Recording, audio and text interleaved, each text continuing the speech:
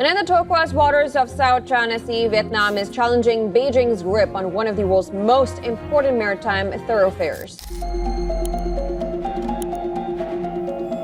It aims to create heavily fortified artificial islands that expand its military footprint in the Spratly Islands. Why this sea divides nations? It's a group of small pieces of land in the middle of the ocean. There are no cities here, no permanent population. At first glance, they seem to have little value, but several countries claim them. Warships move through the area, fighter jets fly overhead, military bases are built on what was once just sand, and even a small mistake here could lead to a serious conflict. On a map, this place looks easy to ignore, but what surrounds it is worth billions. Trade passes through these waters every single day. Resources lie beneath the seabed, waiting to be used. Control over this area brings influence, and influence brings power. That is why it matters far more than it appears. What seems like empty space is actually one of the most important regions in the area. Tension here is building slowly, step by step, without drawing much attention. From a distance, it feels quiet, but in reality, it is one of the most closely watched places on Earth. Governments monitor every movement. Satellites track changes on the ground. Naval ships continue to patrol these waters. Nothing here goes unnoticed anymore. The islands. In the middle of the South China Sea lies a scattered chain called the Spratly Islands. They are not what most people expect. Some are just rocks. Some disappear underwater when the tide rises. Others are coral reefs with barely any solid ground. You could stand on many of them and not even realize how important they are. There are no real cities, no farms, no normal life. For years they were ignored because they seemed useless. Sailors passed by without giving them much thought. Maps marked them, but few cared. But their location changed everything. These islands sit in a position that connects major parts of the world. That is why they are no longer ignored. They have become a center of attention, even though they still look small and empty from a distance. What they lack in size, they make up for in position. Even the smallest reef here can influence control over a much larger area of ocean. Hidden value. The real value is not the islands themselves, it is the water around them. Every year, a huge amount of global trade moves through this region. Ships carry oil from the Middle East to Asia. They carry electronics from factories to markets. They move food, raw materials, and everyday goods that people use without thinking about where they came from. A large part of the world's shipping depends on these routes. If a country controls this area, it gains influence over global trade in a very real way. That alone makes it important. But there is more. Under the sea, there are believed to be large reserves of oil and natural gas. These resources are not fully explored yet, but even the possibility is enough to raise tension. Then there is fishing. Millions of people depend on these waters for food and income. Entire coastal communities rely on what they catch here every single day. If access to these waters is restricted, it affects real lives, not just politics. It can raise food prices, reduce supply, and hurt small fishing economies. So this is not empty ocean. It is a place filled with value, where trade, energy, and survival all come together in one space. The claims. Several countries claim these islands, and each one believes it has a strong reason. The most powerful claimant is China. China claims most of the South China Sea using a boundary often called the 9-dash line, which dates back to maps published in the 1940s. China says this claim is based on history and long use of the area.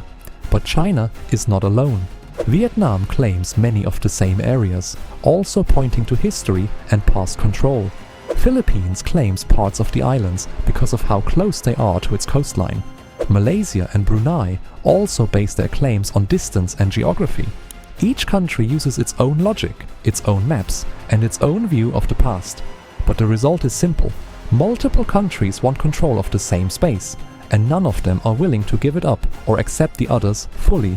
This is not a simple disagreement, it is a clash of interests that has been building for years, rising tension. This situation is not just about claims on paper, real actions are happening. Since around 2013, China has taken small reefs and turned them into large artificial islands by adding sand and concrete.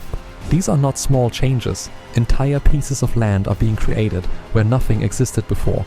On top of these new islands, China has built long airstrips, radar systems, storage areas and military bases. Fighter jets can land there, ships can dock there.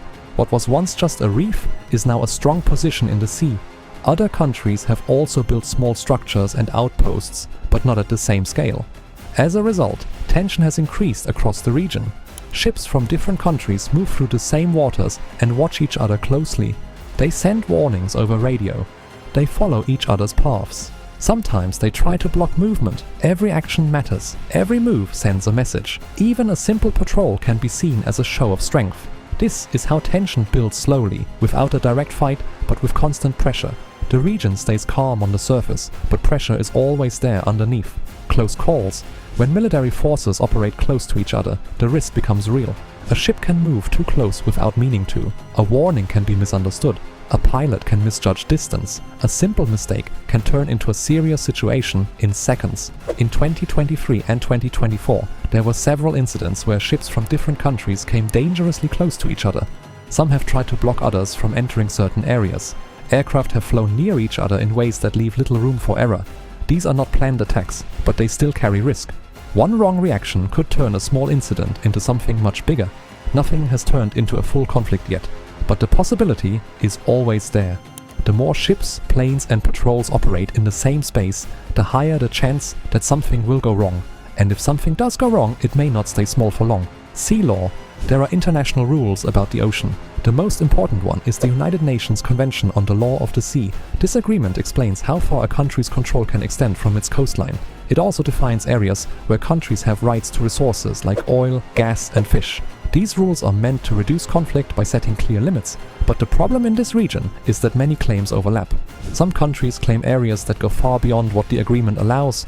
In 2016, an international tribunal ruled that China's large claim was not supported under this system, but China rejected that decision and continued its activities. This shows a key issue with international law. Rules only work when countries agree to follow them. If they don't, enforcement becomes difficult. Global stakes. This issue is bigger than just the nearby countries. Major powers are also involved. The United States plays an important role in this region. It wants to keep these waters open so that global trade can move freely without control by any single country. Since around 2015, it has increased naval patrols in the area. These missions are meant to prove that the sea is open to everyone. China sees this as a direct challenge to its claim and responds by increasing its own presence. This adds another layer of tension. Now, it is not just about islands or resources, it is about influence and control on a much larger scale. When powerful countries are involved, even a small incident can lead to bigger reactions. That is why the world is watching this region closely. Future tension. No one knows exactly how the situation will end. It could stay the same, with tension but no direct conflict for many years. Countries may continue to build, patrol, and argue without crossing the line into open fighting. But it could also change quickly.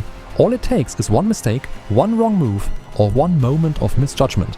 A ship collision, a warning shot, or a misunderstanding could push things further than expected. The risk is always present because there are many countries, many ships, and many interests in one place. This makes the situation unstable. Even if nothing happens for a long time, the pressure does not go away. It continues to build quietly in the background. At the same time, new technologies, better surveillance, and stronger military presence are making the region even more sensitive. At first glance, these islands look meaningless, just small pieces of land in a large ocean, but they sit in one of the most important areas in the region. Trade routes pass through them and connect major economies. Resources lie beneath them and attract interest from powerful countries. Control over this space can shape influence far beyond the sea itself. That is why countries care so much about them. That is why they continue to defend their claims and expand their presence. And that is why this quiet stretch of water could become something much more serious in the future. Because sometimes the smallest places carry the biggest risks, and all it takes is one spark for everything to change. If you found this helpful, make sure to subscribe for more content like this.